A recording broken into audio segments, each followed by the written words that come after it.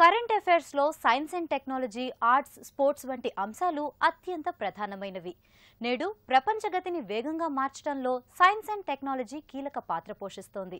ముఖ్యంగా సామాజిక, ఆర్థికాభివృద్ధిలో ఆధునిక సాంకేతిక పరిజ్ఞాన ఉపయోగం అంతా ఇంతా కాదు.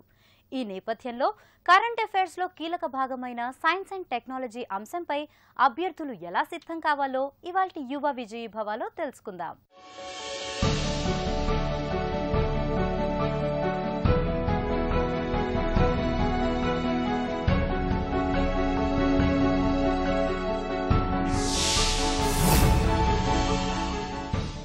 సైన్స్ అండ్ టెక్నాలజీ దాదాపు ప్రతి పోటీ పరీక్షలో కూడా ఈ రెండు అంశాలు చాలా కీలకమైనవిగా మారుతున్నాయి. ఇటీవల కాలంలో టీఎస్పీఎస్సీ, ప్రస్తుతం ఏపీపీఎస్సీ నిర్వహించే పరీక్షల్లో ప్రిలిమినరీతో పాటు మెయిన్ ఎగ్జామ్స్లో కూడా సైన్స్ అండ్ టెక్నాలజీ పాత్ర పెరిగినట్లు కనిపిస్తుంది.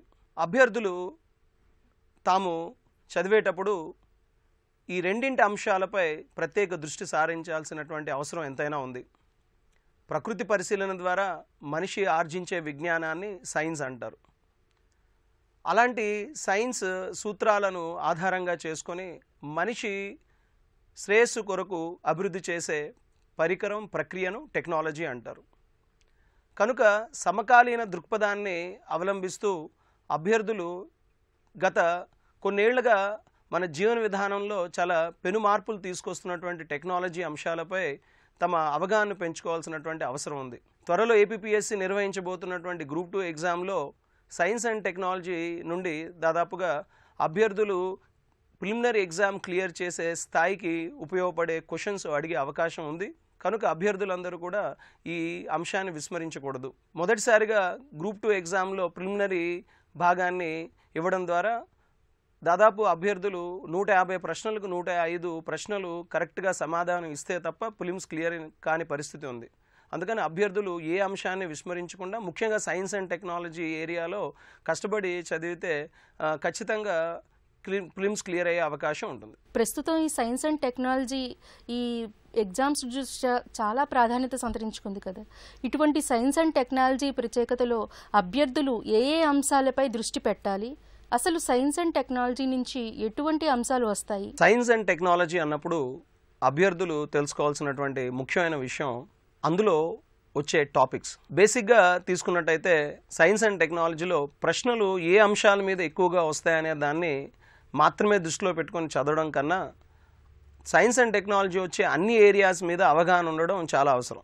ముఖ్యంగా అంతరిక్ష విజ్ఞానం, రక్షణ రంగం, శక్తి రంగం, అదేవిధంగా రోబోటిక్స్, నానో టెక్నాలజీ, బయోటెక్నాలజీ మరియు బయోటెక్నాలజీ లాంటి అంశాల్లో వాటిలో మళ్ళీ కనిపించే stem cells, DNA finger printing, అంతేకాకుండా రక్షణ రంగంలో ఒకవైపు క్షిపణి లాంటివి చదువుతూనే మరోవైపు దేశ రక్షణ కోసం భారత నౌకాదళంలో ఈరోజు అభివృద్ధి చెందుతున్నటువంటి అనేక రకాల జలంతర్గాములు, తర్వాత యుద్ధ నౌకలు, వీటితో పాటు భారతదేశం వివిధ దేశాలతో కుదుర్చుకున్నటువంటి రక్షణ ఒప్పందాలు, వీటితో పాటు సమాచార సాంకేతిక రంగం, ఇన్ఫర్మేషన్ టెక్నాలజీలో మనకు మళ్ళీ భారతదేశంలో ప్రభుత్వం ప్రారంభించినటువంటి డిజిటల్ ఇండియా ప్రోగ్రామ్, దీంతోపాటు ప్రభుత్వం ఈరోజు ఐటీ రంగాన్ని మరింత ముందుకు తీసుకెళ్లాలనే ఉద్దేశంతో అభివృద్ధి చేస్తున్నటువంటి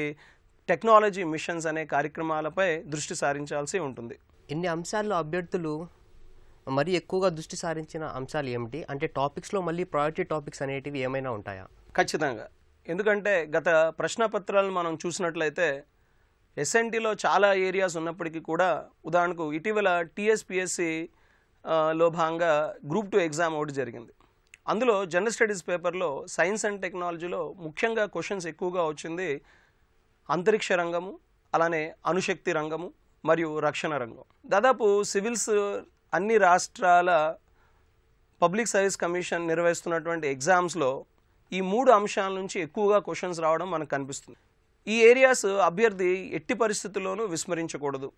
ఉదాహరణకు అణుశక్తి రంగాన్ని కనుక మనం తీసుకున్నట్లయితే అణుశక్తి రంగంలో భారతదేశం ఎన్ని రియాక్టర్లను ఇప్పటి వరకు స్థాపించింది, దేశంలోని కొత్తగా ఏ ఏ ప్రాంతాల్లో రియాక్టర్లను భారత్ నిర్మించబోతుంది, విదేశీ సౌజన్యంతో ఎక్కడెక్కడ రియాక్టర్లు రాబోతున్నాయి. ఉదాహరణకు ఇప్పటికే కుడంకులంలో రష్యా సహకారంతో 2 రియాక్టర్ల నిర్మాణం జరుగుతుంది. అందులో కుడంకులంలోని మొదటి రియాక్టర్ ఇప్పటికే పూర్తయింది. అంతేకాకుండా భవిష్యత్తులో ఫ్రాన్స్కి చెందినటువంటి అరీవా కంపెనీ రియాక్టర్ను మహారాష్ట్రలోని జైతాపూర్లో నిర్మించదలిచారు. ఇలా పశ్చిమ బెంగాల్లోని హరిపూర్లో కానీ, ఆంధ్రప్రదేశ్లోని కొవ్వాడ, పులివెందుల, మధ్యప్రదేశ్, అలానే ఛత్తీస్గఢ్, ఇలా చాలా ప్రాంతాల్లో రియాక్టర్ నిర్మించాలని ప్రభుత్వం నిర్ణయించింది. ఒక రియాక్టర్ సామర్థ్యం ఎంత? ఉదాహరణకు కుడంకులంలో తొలిసారిగా 1000 మెగావాట్ల రియాక్టర్ను మనం నిర్మించాం. సో ఇలా కొన్ని ప్రధాన రియాక్టర్లకు సంబంధించినటువంటి అణుశక్తి సామర్థ్యాన్ని గుర్తుపెట్టుకోవాల్సినటువంటి అవసరం ఉంది. అదేవిధంగా అంతరిక్ష విజ్ఞానం కూడా చాలా రకాలుగా, చాలా దశలుగా మనం చదువుకోవాల్సి ఉంటుంది. అసలు సైన్స్ అండ్ టెక్నాలజీ విభాగంలో సమకాలీన అంశాలకు ప్రాధాన్యత ఉందా? సిలబస్ కనుక చూసినట్లయితే సైన్స్ అండ్ టెక్నాలజీ అంటూ contemporary developments in science and technology అనే దాన్ని స్పష్టంగా మెన్షన్ చేశారు. సమకాలీన అంశాలు అంటే గత 1-2 ఏళ్లలో ఏమేమి అభివృద్ధి కార్యక్రమాలు మనం సైన్స్ అండ్ టెక్నాలజీలో సాధించామో వాటి మీద మనం ఎక్కువగా దృష్టి సారించాల్సినటువంటి అవసరం ఉంది. భారతదేశ క్షిపణి వ్యవస్థను మొత్తం చదువుకోవాల్సినటువంటి అవసరం ఉంటుంది. సమకాలీన దృక్పథం అంటే కేవలం ఎప్పుడు, ఏ ప్రయోగం ఎలా జరిగింది అన్నదే కాకుండా దానికి సంబంధించినటువంటి మూల విషయాలను కూడా అభ్యర్థులు తెలుసుకోవాల్సినటువంటి అవసరం ఉంది. భారత క్షిపణి వ్యవస్థ ఎప్పుడు అభివృద్ధి చేశారు? 1983లో integrated guided missile development program అభివృద్ధి నుంచి దాన్ని 2008కి మనం పూర్తి చేసిన తర్వాత ప్రస్తుతం ఒక్కొక్క క్షిపణి సంబంధించిన కార్యక్రమాలు ఏవైతే అమల్లో ఉన్నాయో వాటన్నిటిని అభ్యర్థులు చదువుకోవాల్సినటువంటి అవసరం ఉంది. ప్రపంచవ్యాప్తంగా సైన్స్ అండ్ టెక్నాలజీలో వస్తున్న నూతన ఆవిష్కరణలు, పరిశోధనలు వంటి అంశాలను అభ్యర్థులు నిశితంగా పరిశీలించాలి. ముఖ్యంగా మన అంతరిక్ష పరిశోధనా సంస్థ ఇస్రో సాధిస్తున్న విజయాలపై సమగ్రంగా అధ్యయనం చేయాలి. ఇస్రో ఒకేసారి 103 ఉపగ్రహాలను కక్షలోకి ప్రవేశపెడుతున్న అంశంపై అభ్యర్థులు ప్రత్యేక శ్రద్ధ పెట్టాలంటున్నారు నిపుణులు.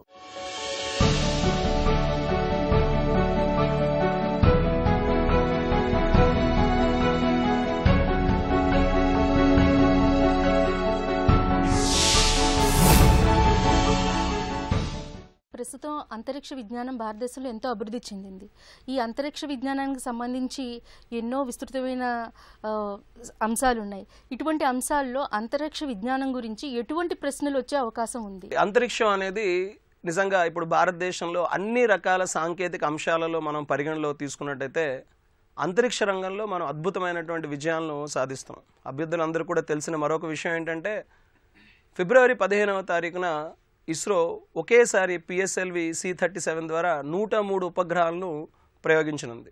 ఇది ఎన్నడూ ప్రపంచ అంతరిక్ష చరిత్రలో కనీవెని ఎరుగని గొప్ప కార్యక్రమంగా మారనుంది. దేశంలోని అన్ని రకాల సైన్స్ అండ్ టెక్నాలజీ విభాగాల్లో చాలా కీలకంగా మరి ఎక్కువ ప్రయోగాలు నిర్వహిస్తున్నటువంటిది కూడా అంతరిక్ష విభాగమే.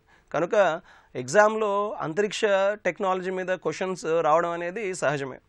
అందుకని అంతరిక్ష కార్యక్రమంలో తీసుకుంటే ఫర్ ఎగ్జాంపుల్ అంతరిక్ష కార్యక్రమ పితామహుడు డాక్టర్ విక్రమ్ సారాభాయి లాంటి సాధారణ ఫ్యాక్ట్ బేస్డ్ క్వశ్చన్స్తో పాటు PSLV C-34 ద్వారా 20 ఉపగ్రహాలను ఒకేసారి ప్రయోగించాం.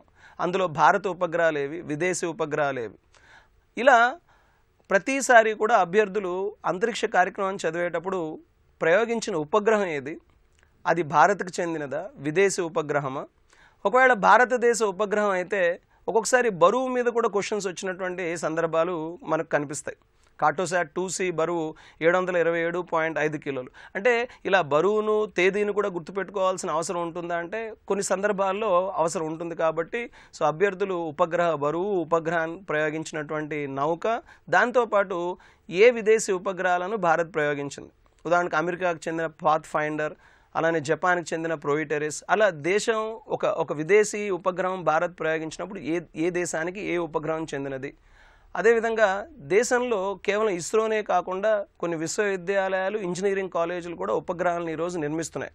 ఉదాహరణకు పూణేలోని కాలేజ్ ఆఫ్ ఇంజనీరింగ్ వాళ్ళు స్వయం అనే ఉపగ్రహాన్ని నిర్మించారు. దీన్ని ఇస్రో ప్రయోగించింది. అట్లా సత్యభామ యూనివర్సిటీ వాళ్ళు సత్యభామ శాట్ అని, ఐఐటి బాంబే ప్రథమని, ఇలాంటివి కూడా అభ్యర్థులు గుర్తుపెట్టుకోవాల్సినటువంటి అవసరం ఉంటుంది. మొత్తం మీద సైన్స్ అండ్ టెక్నాలజీలో ప్రిలిమినరీలో ఎన్ని ప్రశ్నలు వచ్చే అవకాశం ఉంది?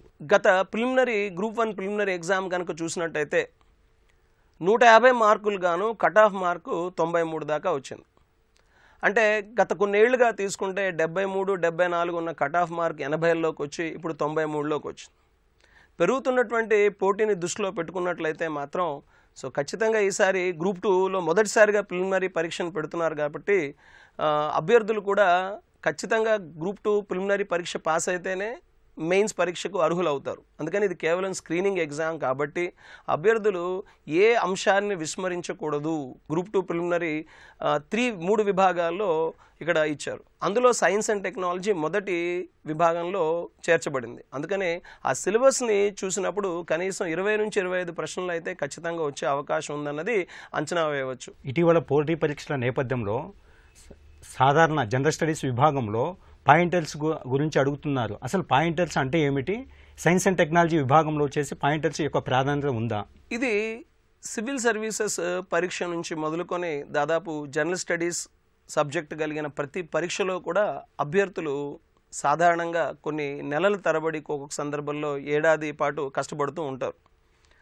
అయితే అభ్యర్థులు కూడా గుర్తుపెట్టుకోవాల్సినటువంటి విషయం ఏంటంటే 150 ప్రశ్నల జనరల్ స్టడీస్లో ఖచ్చితంగా కొన్ని అంశాలు తరచూ అడుగుతూ ఉంటారు. అంటే ఇదివరకు అడిగిన క్వశ్చన్ ఒకటి రిపీట్ అవుతుందన్నది కాదు, కానీ ఒక అంశం ఉదాహరణకు for example science and technology లాంటి దాన్ని తీసుకుంటే దాదాపు ప్రతి పోటీ పరీక్షలో దేశ శాస్త్ర సాంకేతిక పరిశోధన నిర్వహించేటువంటి కేంద్రాలు సంస్థలపై రెగ్యులర్గా మనకు ప్రశ్నలు అడుగుతూనే ఉన్నారు. ఆ విధంగా మొత్తం జనరల్ స్టడీస్లో 150 ప్రశ్నల్లో ఒక 90-95 దాకా పాయింటర్లు ఉంటాయి. పాయింటర్ అంటే ఒకసారి కాకపోతే మరోసారి రిపీట్ అయ్యే అవకాశం ఉన్నటువంటి అంశాన్ని పాయింటర్ అని చెప్తారు. అందుకని అభ్యర్థులు దాదాపు ప్రిపరేషన్ చివరి దశలో ఉన్న సమయంలో ఒకసారి మళ్ళీ పాయింటర్స్ని ఒకసారి గుర్తు పెట్టుకోవాలి. అంటే పాయింటర్స్పై దృష్టి పెట్టాలి. ఉదాహరణకు సైన్స్ అండ్ టెక్నాలజీ వరకు మాత్రమే పరిమితమై చెప్పాల్సి వచ్చినప్పుడు అంతర్జాతీయ జాతీయ స్థాయిలో సైన్స్ సదస్సులు ఏం జరుగుతున్నాయి, రెండవది భారతదేశంలోనూ అంతర్జాతీయ స్థాయిలో ముఖ్యమైనటువంటి సైన్స్ అవార్డులు ఏమున్నాయి, ఉదాహరణకు ఇన్ఫోసిస్ సైన్స్ ప్రైజ్ కావచ్చు, తర్వాత Nobel medicine, Nobel chemistry, Nobel physics లాంటి ఈ నోబెల్ ప్రైజెస్ కానీ, తర్వాత అబెల్ ప్రైజ్ కానీ, ఇలా దేశ జాతీయ అంతర్జాతీయ స్థాయిలో సైన్స్ ప్రశ్నలు అంటే సైన్స్ ఆధారంగా వచ్చే అవార్డులపై ప్రశ్నలు వచ్చే అవకాశం ఉంది. అంతేకాకుండా క్షిపణులు, ఉపగ్రహాలను ప్రయోగించేటువంటి నౌకలు, ఐటీ రంగంలో కొత్తగా వస్తున్నటువంటి ఎలక్ట్రానిక్స్ కమ్యూనికేషన్ ప్రోడక్ట్స్, ఇలా దాదాపు సైన్స్ అండ్ టెక్నాలజీలోనే ఒక 20 నుంచి 30 పాయింటర్లు ఉంటాయి. మన ప్రిపరేషన్లో ఈ పాయింటర్లు కవర్ అవుతున్నాయా లేదా అని చూసుకొని అభ్యర్థులు చదువుకోవాల్సిన అవసరం ఉంటుంది. సైన్స్ అండ్ టెక్నాలజీకి సంబంధించి బేసిక్ సైన్స్ నుంచి తాజా పరిణామాల వరకు అన్ని అంశాలపై పట్టు సాధిస్తే మంచి మార్కులు స్కోర్ చేయొచ్చని నిపుణులు సూచిస్తున్నారు.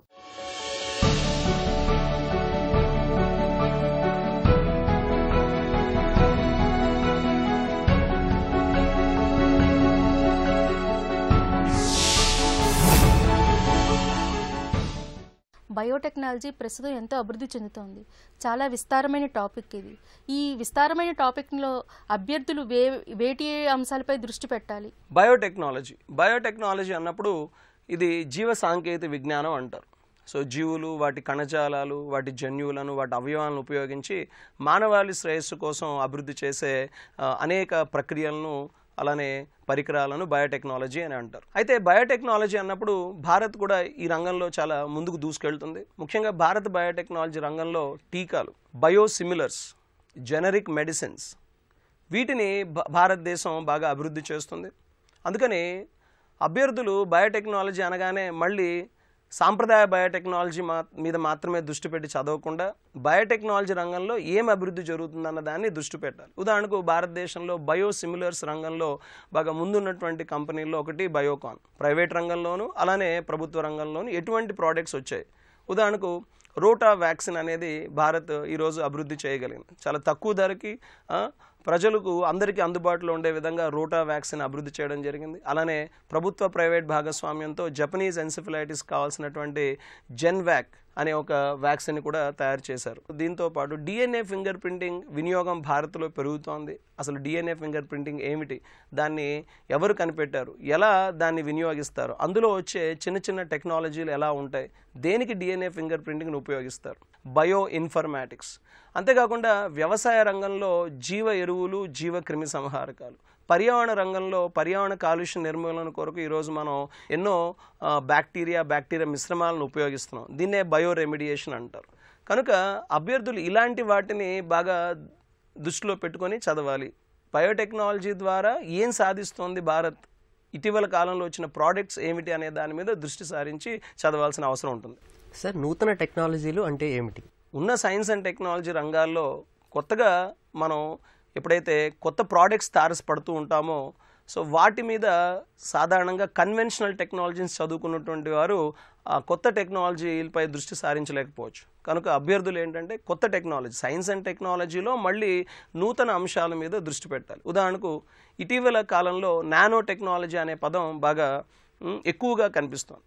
సో ఇప్పటి స్కూళ్ళలోని విద్యార్థులు నానో టెక్నాలజీ పదం గురించి తెలుసుకుంటున్నారు. ఒకప్పుడు డిగ్రీ పీజీ స్థాయికి వచ్చేంత వరకు కూడా అభ్యర్థులకి ఈ పదం అంటే ఏంటో తెలియదు. అందుకని ఇక్కడ నానో టెక్నాలజీ అంటే ఏమిటి, అసలు నానో అనే పదం ఏమిటో ఇదివరకు ఒకసారి ఒక క్వశ్చన్ కూడా అడిగారు, నానో మీటర్ అంటే ఏమిటి అని. నానో టెక్నాలజీ భావనను రిచర్డ్ ఫెయిన్మ్యాన్ అప్పుడెప్పుడో 1959లో ప్రారంభించారు. ఆ పదాన్ని 1974లో నొరియో టానిగుచి అనే వ్యక్తి ఆ పదాన్ని ఇచ్చాడు. అయితే ప్రస్తుతం భారతదేశం కూడా నానో టెక్నాలజీ ఆధారంగా కొత్త ప్రోడక్ట్స్ని అలానే మెటీరియల్స్ని అభివృద్ధి చేయాలనే ఉద్దేశంతో nano mission, nano science and technology మిషన్ని ప్రారంభించింది. సో దీనికి సిఎన్ఆర్ రావు, భారతరత్న సిఎన్ఆర్ రావు ఆద్యులు. అలానే బయోనిక్స్, బయాలజీ ప్లస్ ఎలక్ట్రానిక్స్, జీవశాస్త్రంలో ఉన్న వివిధ రకాల వ్యవస్థలను అధ్యయనం చేసి ఆ వ్యవస్థల ఆధారంగా కొత్త ఎలక్ట్రానిక్ వస్తువులను అభివృద్ధి చేసే నూతన సాంకేతిక విజ్ఞానం బయోనిక్స్. ఒక వ్యక్తికి చేయి కోల్పోయినప్పుడు ఆ మరచేయిని అమర్చేటప్పుడు బయోనిక్ బాహువుని అమర్చడం ద్వారా సాధారణ చేతిని, ఆరోగ్యంగా ఉన్న చేతిని తలంపుతో కదిలించినట్టుగా బయోనిక్ బాహువును కూడా కదిలించడానికి వీలవుతుంది. ఇలాంటి వాటి మీద అభ్యర్థులు తెలుసుకోవాల్సినటువంటి విషయం ఏమిటంటే ఆ టెక్నాలజీ ఏమిటి, ఆ టెక్నాలజీకి ఆద్యులు ఎవరు, ఆ టెక్నాలజీకి సంబంధించిన కార్యక్రమాలు భారతదేశంలో ఏమైనా ఉన్నాయా, సో వీటి మీద అభ్యర్థులు దృష్టి సారిస్తే సరిపోతుంది. ఇంకోటి పోటీ పరీక్షల నేపథ్యంలో వచ్చేసి టెక్నాలజీ మిషన్ల గురించి అవగాహన చేసుకోవాల్సినటువంటి అవసరం ఉందా విద్యార్థులు? ఇటీవల 104వ జాతీయ సైన్స్ కాంగ్రెస్ను జనవరి 3 నుంచి 7 వరకు ఆంధ్రప్రదేశ్లో శ్రీ వెంకటేశ్వర విశ్వవిద్యాలయంలో నిర్వహించారు. Science and technology for development అనే థీమ్తో, నేషనల్ డెవలప్మెంట్, జాతీయ అభివృద్ధికి సైన్స్ అండ్ టెక్నాలజీ అనే ఒక థీమ్తో ఈ కార్యక్రమం మొదలైంది. కనుక సైన్స్ కాంగ్రెస్ మీద కూడా అభ్యర్థులు దృష్టి సారించాల్సినటువంటి అవసరం ఉంది. ఎందుకంటే ఏపీఎస్సి ఎగ్జామ్ కనుక ఇలా 104వ జాతీయ సైన్స్ కాంగ్రెస్ మీద కూడా అభ్యర్థులు దృష్టి సారిస్తే క్వశ్చన్స్ ఆన్సర్ చేయడానికి వీలవుతుంది. సార్, జనరల్ సైన్స్ గురించి ఎక్కువగా అడుగుతారు. జనరల్ సైన్స్ యొక్క అవగాహన గురించి ప్రస్తుతం పోటీ పరీక్షలు అడుగుతున్నారు. ఈ జనరల్ సైన్స్పై అవగాహన అనేది ఎంతవరకు చూడాలి, ఎటువంటి విషయాలపై ఈ జనరల్ సైన్స్ అవగాహనని కేటాయించాలి? ఈ ప్రిలిమినరీ ఎగ్జామ్లో జనరల్ సైన్స్ అనే అంశాన్ని ప్రత్యేకంగా ఏమి ప్రస్తావించలేదు. కనుక అభ్యర్థులు సైన్స్ అండ్ టెక్నాలజీ మీద ఎక్కువ దృష్టి సారించడం చాలా అవసరం. అయితే జనరల్ సైన్స్ అన్నప్పుడు జనరల్ సైన్స్లో వ్యాధులు, ఇటీవల కాలంలో ఎబోలా వ్యాధని, జికా వ్యాధని, కనుక వ్యాధికి సంబంధించినటువంటి అంశాల మీద అభ్యర్థులు చదువుకోవాలి. సో ఇటీవల కాలంలో బాగా అధిక వ్యాప్తిలో వచ్చినటువంటి వ్యాధుల మీద దృష్టి సారించాలి. తెలంగాణ ప్రభుత్వం నిర్వహించిన టీఎస్పీఎస్సీ గ్రూప్ 2 జనరల్ స్టడీస్లో సైన్స్ అండ్ టెక్నాలజీ ప్రశ్నలు ఎలా అడిగారు సార్? సైన్స్ అండ్ టెక్నాలజీ వరకు తీసుకున్నట్టయితే టీఎస్పీఎస్సీ ఎగ్జామ్లో ఇప్పుడు అడిగినటువంటి ప్రశ్నలు చాలా సరళంగా ఉన్నాయి. భారత అణుశక్తి పితామహుడు ఎవరు, సో రియాక్టరు, పలానా రియాక్టర్ ఎక్కడ ఉంది, సో ఇది బేసిక్గా ఫ్యాక్ట్ బేస్డ్ క్వశ్చన్స్ మాత్రమే అడిగారు. ఖచ్చితంగా క్వశ్చన్స్ ఎలా అడిగారు టీఎస్పీఎస్సీలో అనేది చూసుకోవాల్సిన అవసరం ఉంది. చాలామంది ఆర్ట్స్ అభ్యర్థులకు సైన్స్కి సంబంధించినటువంటి పదాలను గుర్తుపెట్టుకోవడంలో ఇబ్బంది ఎదురవుతుంది. కనుక చదివేటప్పుడు ఒక 2-3 సార్లు దాన్ని రివైజ్ చేయడంతో పాటు క్లిష్టంగా అనిపిస్తున్నటువంటి పదాలు, ఉపగ్రహాల పేర్లు, వ్యాధులకు సంబంధించినటువంటి విషయాలు, కొన్ని సందర్భాల్లో ఆ వ్యాధులకు మనం చికిత్సలో భాగంగా ఇచ్చేటువంటి మందులు, ఇలాంటి పదాలకు సంబంధించినటువంటి ఇబ్బందులు చాలామంది అభ్యర్థులు ఎదుర్కొంటున్నారు. కనుక కొద్దిగా వీటిని సపరేట్గా రాసి పెట్టుకొని ఎగ్జామ్ దగ్గరలో ఉన్నప్పుడు రివిజన్ చేయడం చాలా తప్పనిసరి. ఎగ్జామ్లోని ప్రతి భాగం నుంచి ప్రశ్నలు వస్తాయి కనుక జనరల్ స్టడీస్ అంటేనే చాలా కీలకమైనటువంటి ఒక టాపిక్. ఈ జనరల్ స్టడీస్లో ఒకటంటూ ఉండదు, చాలా అంశాలు ఉన్నాయి. కనుక 150 ప్రశ్నల ఈ ఎగ్జామ్లో కనీసం 100 దాటాలి అంటేనే చాలా కష్టపడి చదవాలి. ఆ ఉద్దేశంతో ఇప్పటివరకు మనం చెప్పుకున్నటువంటి సైన్స్ అండ్ టెక్నాలజీలోని భాగాలు, ఆ భాగాల్లోనేటువంటి ఉపభాగాలు, అలానే క్వశ్చన్స్ అడిగే తీరు తెలుసుకున్నారు కనుక సో వాటిని మళ్ళీ దృష్టి పెట్టి అధిక ప్రాధాన్యతను ఇచ్చి చదువుకోవాల్సినటువంటి అవసరం ఉంటుంది. గ్రూప్ 2కు సంబంధించి మరో అంశంతో రేపటి యువలో మళ్ళీ కలుసుకుందాం. నమస్తే.